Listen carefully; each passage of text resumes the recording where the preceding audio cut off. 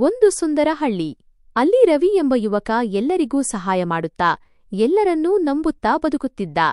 ಯಾರೇ ಕೆಲಸ ಹೇಳಿದರೂ ಇಲ್ಲ ಎನ್ನದ ಅವನ ಗುಣವೇ ಅವನಿಗೆ ಶಾಪವಾಗಿತ್ತು. ಜನರು ಅವನ ಬೆನ್ನ ಹಿಂದೆ ಅವನ ಮುಗ್ಧತೆಯನ್ನು ನೋಡಿ ನಗುತ್ತಿದ್ದರು. ದೃಶ್ಯ: ರವಿ ಒಬ್ಬನಿಗೆ ಭಾರವಾದ ಮೂಟೆ ಹೊರಲು ಸಹಾಯ ಮಾಡುತ್ತಾನೆ.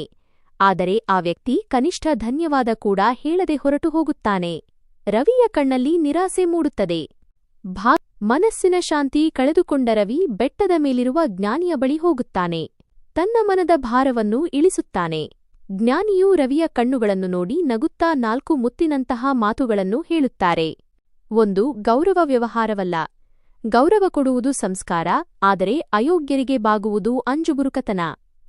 ಜನರು ಬದಲಾಗುತ್ತಾರೆ, ನೀನು ನಿನ್ನ ದಾರಿಯನ್ನು ಬದಲಿಸಿಕೋ. ಮೌನವೇ ಶಕ್ತಿ, ಮಾತಿನಿಂದಲ್ಲ ನಿನ್ನ ಸಾಧನೆಯಿಂದ ಉತ್ತರ ಕೊಡು. ಜ್ಞಾನಿಯ ಮಾತುಗಳು ರವಿಯ ಒಳಗಿದ್ದ ನಿದ್ರಿಸುತ್ತಿದ್ದ ಆತ್ಮವಿಶ್ವಾಸವನ್ನು ಬಡಿದೆಬ್ಬಿಸಿದವು.